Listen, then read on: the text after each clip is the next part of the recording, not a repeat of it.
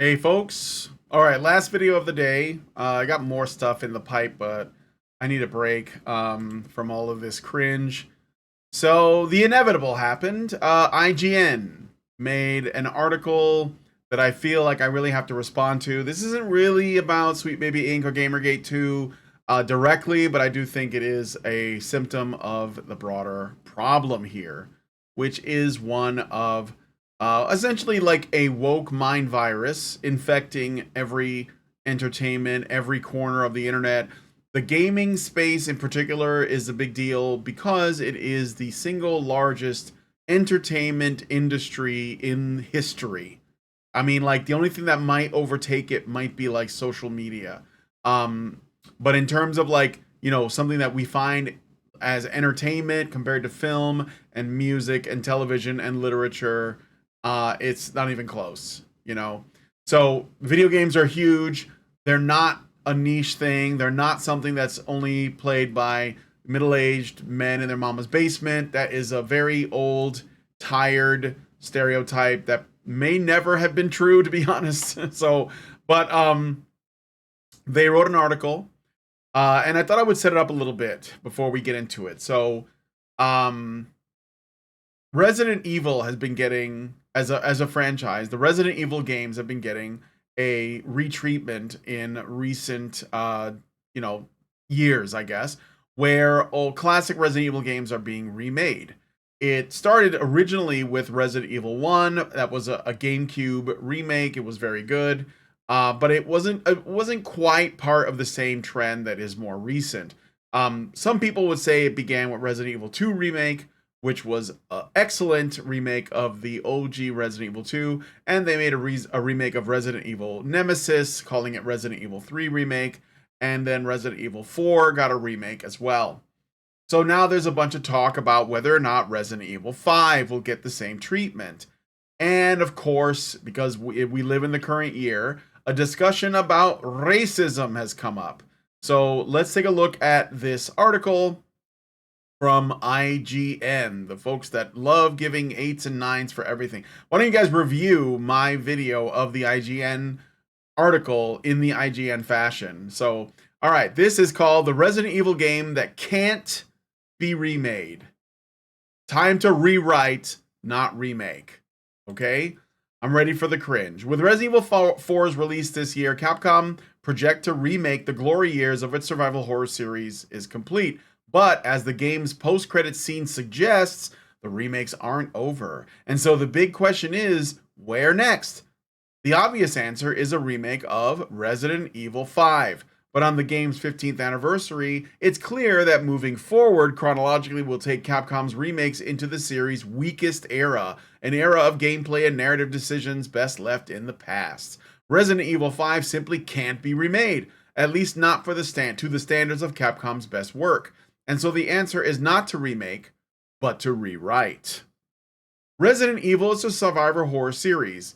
Not that you'd know that playing Resident Evil 5. Sure, it features a constant flow of horrific imagery, but RE5 is an action game through and through. That's evident in its cover shooter mechanics, vehicle chases with on-rails turret sequences, and the constant rattle of assault rifles.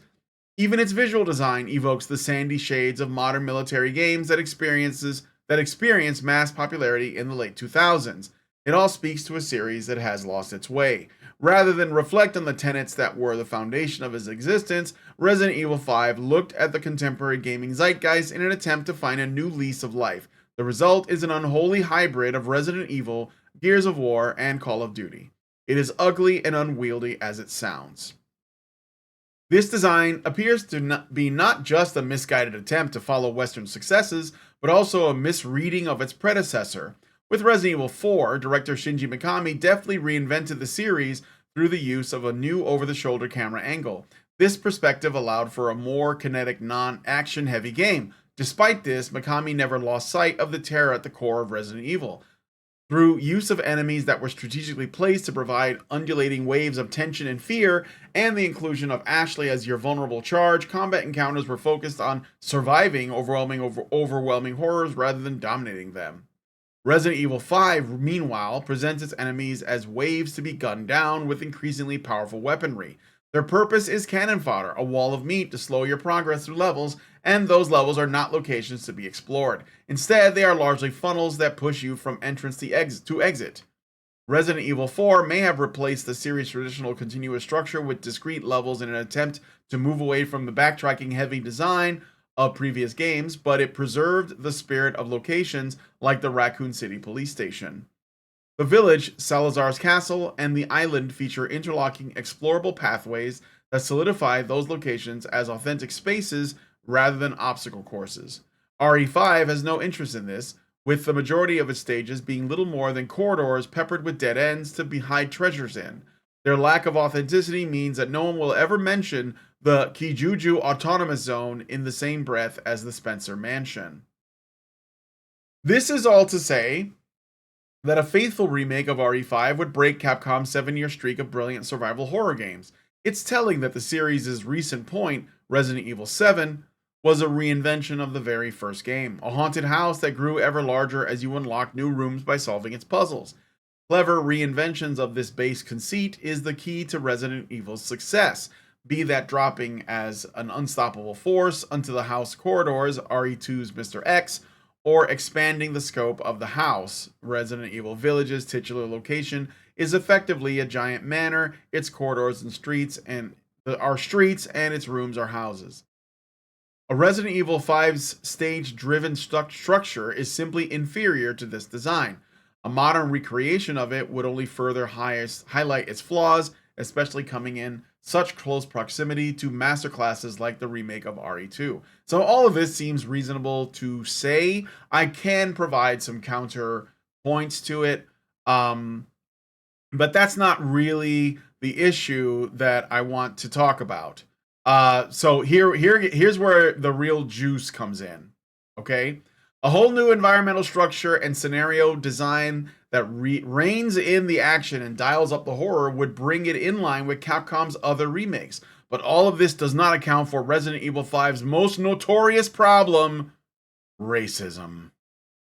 Set in a fictional West African country, RE5's primary antagonists are black people. Yes, technically, it's the Ouroboros virus that protagonist Chris Redfield is fighting, but the parasite's host is depicted as a nation of mobs and primitives who are violent even before their infection. Intentionally or not, Resident Evil 5 positions Africa as the Dark Continent, an uncivilized world harboring a diseased population that needs gunning down via Western intervention in the name of global security. All right, so I'll read one more paragraph and then I'll say my piece about this. I don't want this to be too long. This insensitive treatment of people of color was hotly debated even as early as Resident Evil 5's debut trailer, yes it was, which writers such as Ingai Corral and Stephen Totillo pointing out the game's uncomfortable post-colonial imagery. The arguments and think pieces continued well into the game's release window, with IGN's own former editor-in-chief, Hillary Goldstein, having also wrestled with the subject. But that was 2009, a time when race was apparently a debate rather than a reality. In the 2020s, in a post-Black Lives Matter world, there is only one acceptable response to a white man shooting waves of Africans for an entire video game: no. Okay. These people are insufferable, and they have to get out of this hobby. I'm sorry. So, according to their logic, video games can never take place in Africa because it will never be good enough. Now, let me respond. Let me give some. First of all, that's completely just outrageous. Okay, I'm gonna show you guys. Let's switch to the game screen because I have Resident Evil 5 and I've played it with Lindsay, and we enjoyed the shit out of it. Lindsay says it's her favorite Resident Evil game. Now, the reason for this is something that the author of this piece fails to mention, is that Resident Evil 5 is the first two-player co-op Resident Evil experience. Now, if you don't like playing co-op, then this game may not be for you. Some people like to play their games alone. Maybe some people think that a single-player experience is the best way to experience something. Personally, I see video games as a social thing. I love co-op. I love couch co-op most of all. I think that, it's like the most fun because you are playing with another person and you have to work together. One of the things that I thought Capcom did really well with Resident Evil 5 was create plenty of opportunities for cooperative play where we have to it's not just that we're both dropped into a game. There are many moments in the game where you have to coordinate with each other. You know, there are parts where Chris has to move Sheva Alamar, who is the second player, and by the way, a black woman, not that that matters to these people because they don't see her. I don't know if you noticed, but my reading of that article never acknowledges her existence. And if it did, it would probably say something about how stupid she is because the AI for the computer-controlled partner. So if you play this game by yourself, Sheva is controlled by the computer, and the AI is bad. But that's not to say anything about Sheva. Like it's not a comment on her. It's a problem with the programming. And I think this whole thing was a very new idea at the time. I think that in Resident Evil 6 they perfected that part of it. But Resident Evil 6 has its own problems, which I've also played through. And if you want to see the playthrough with Lindsay and myself, you can follow. There's a playlist on this channel of us playing through Resident Evil 5 and then playing through Resident Evil 6, because those games, at least of the ones that I've played, they've gotten the most flack for their problems. And I wanted to play them anyway, and I had a blast playing them.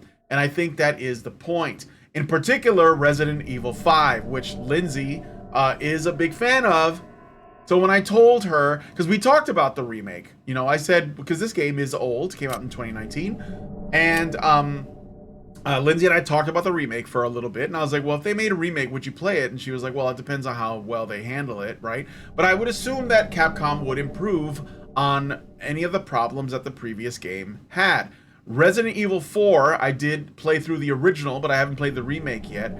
Resident Evil 4 does kind of fall into a similar problem. By the time you get to the end of the game, Leon is pretty overpowered because he has so many guns and so much ammo that you're not really, it ceases to be a survival horror, and the enemies just become like militarized zombies. And, I mean, or infected people, whatever. But that's okay because Resident Evil 4 was fun to play, you know, and so I didn't really mind. Resident Evil 5, they're saying it's like Gears of War. I would say not really. There's no cover system until about halfway through the game, and but mostly the combat is still very slow and deliberate, much like RE4 was. In Resident Evil 6, they sped things up a lot more, and so I think you could make the case that RE6 was definitely more like an action game, whereas RE5 was a bit halfway between 4 and 6 in terms of like how its gameplay was. So accusations of racism are bullshit. And not only that, but I think Capcom may have even listened to some of the criticisms back when Resident Evil 5 was being launched, because if you play Resident Evil 5, you will find that the enemies are diverse, and I mean really diverse. Like there are like guys that look like Latinos or maybe Middle Eastern guys, there are white guys, and there are Africans, like black guys. So there's like a mix. There's even women. Some of the infected are women as well. There's a white girl, and then there are some black women or African women, whatever. But like that's not good enough for these people because they don't see that. In fact, I would argue that RE4, which had a bunch of Spanish, you know, infected people, that was more consistent with reality because they were basically all Spanish and they were all speaking Spanish. That includes the cultists, or at least that's what it looked like, you know, and some of the bosses like Salazar. But in RE5, I think that there was they pulled back a little bit until they sprinkled the enemies.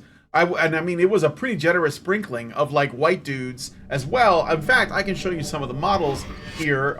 Let's take a look really quick and I will show you. So extra content, maybe lots of no, these are just more games. Where are the items? Is this the item management? Can I look at this? No, that's my inventory. Sorry, let me how do I get out of here? Yes, I want to exit. Leave me alone. Trying to find the special items. Can I look at them? Not where I look at them at. Probably back out here in the library. Yeah. So the figures. So you can look at the figures, And I will try to find some of the enemies. These are like the main characters of the story. But where are you? The Magini. So you have like the Magini. The first one is not even black. He's got like, he's like a Latino or something, I think. You know? And then you got like another one. It's another white guy. You know, these are more infected. So like, is this a problem because they're not diverse enough? You know? So, and of course there are some blacks and they are infected. And you have to kill them. Like in a zombie movie, would it be a bad zombie movie if it took place in Africa? And so they're mostly Africans? I mean, that, like, this is like what they're complaining about. So what is the solution to this? Like, I don't want to, I could read to see what their suggestions are, but I would assume that they're just going to ruin it. Like, there was nothing wrong with it as it was. In fact, I thought that RE5 was a pretty interesting and refreshing take on Resident Evil because it was taking place in a different setting that was very different. I mean, RE4 was also refreshing, but then you end up in a castle. So, you know, I guess I like these mudmen. These are some of my favorites. Again, it looks authentic, but authenticity is offensive. And then they turn into soldiers. So, and that's kind of, to me anyway, that's where the game loses me. It's one of the things I don't like about it. But of course, you know, that's how these people are. So, what would I do? How would I change it? I think that Capcom could do a very successful remake of Resident Evil 5. So the way I would do it is, we now have the technology to do this. First of all, make the worlds more connected so that you're not going from stage to stage. I think that can be done. So you can even backtrack, even with the co-op. Obviously, improve the AI of your companion so the single player people can enjoy themselves more. Definitely get rid of, if you can, completely eliminate the QuickTime events, because QuickTime events are cancer. You shouldn't have them. Let me lower the volume here. I think that my game might be a little too loud. Sorry. So yeah, get rid of the QuickTime events, improve the AI. Maybe obviously like update the gameplay so that it doesn't play the way that RE5 and 4 used to play. So maybe give it, you know, the treatment that you gave to RE4. Apply that to 5. Create more opportunities for co-op actions. You know, maybe there are things you can do together. Don't worry about the fact that it's a bit more actiony, but you can, like, you know, maybe like do more of the creepy village stuff. Be a little less, you know, generous with the ammo and the supplies. Like I said, make co-op a necessary thing. I think that'll work. Maybe some of the parts could be less extreme, like don't have Chris punching the boulder. Unless people want that, I'm okay with it. It's kind of a meme. I don't mind. But you know, like, I think that you can certainly make it fun. And I think that's all people want at the end of the day. I'm not all that concerned with, like, you know, it being taken seriously, because I think that's the main problem that people have. So those are just some of my suggestions. If you guys have any other suggestions, let me know in the comments if this is of any interest to you at all. But one other thing I'm going to say is that I spoke to Lindsay about this, and I said, you know, I asked her, you know, I told her, look, IGN is saying that this game is racist and therefore it shouldn't be remade. And she said, well, that's my favorite game. So that means my wife is really, really racist. No, I mean, she likes the game the most. We played through 5 and 6, so it's not like she has a whole lot to go off of. But I think that it is relevant because she wants to play more of it. And I think that, you know, I think that that's, you know, like, it's a shame that they would take this out. So I said to her, you know what we should do is we should play Resident Evil 5 again, and we should play it at another, like, the next highest difficulty, like a new game plus, and we should wear, like, the sexiest costumes, because we might as well kill 2 birds with 1 stone. So I think I'm gonna play through with Chris Redfield wearing this is like the warrior costume, I mean, it's a little leathery, so it might be a little bit off base there. But there's also another one that I want. I could wear this one instead. This is just badass. So I'm thinking about doing that, and then Lindsay will either wear this Little Red Riding Hood outfit, which I also kind of like. I mean, that is very nice. Yeah. Or this business suit, which is also pretty sexy. Because Sheva is hot. Let's be real, okay? Sheva is hot. So, I don't know. Let me know what you guys think. Do you think Sheva's hot too? And what do you think about Lindsay and I playing Resident Evil 5 again on the next higher difficulty? Let me know in the comments. And what do you think about this article? And what do you think about my solutions, or my proposed solutions for a Resident Evil 5 remake? I think it'd be very easy to do. I think they could knock it out of the park. I think they could redeem, honestly, they could redeem 5 and 6 if they like do it the right way, you know, and don't listen to these fucking progressives, because they're gonna destroy your franchise. Just like listen to what your, you know, what your content's gonna be. So anyway, all that said, I'm gonna head out of here. I might be doing a live stream, a gaming stream later today. I don't know yet. I have to figure out if I'm gonna play Helldivers or if I'm gonna do more Devil May Cry. But thanks guys for coming on the show, and I'll talk to you all in the next one. Like, share, subscribe, comment, and yeah, get me to 500. Thanks guys so much. Long live Vivian.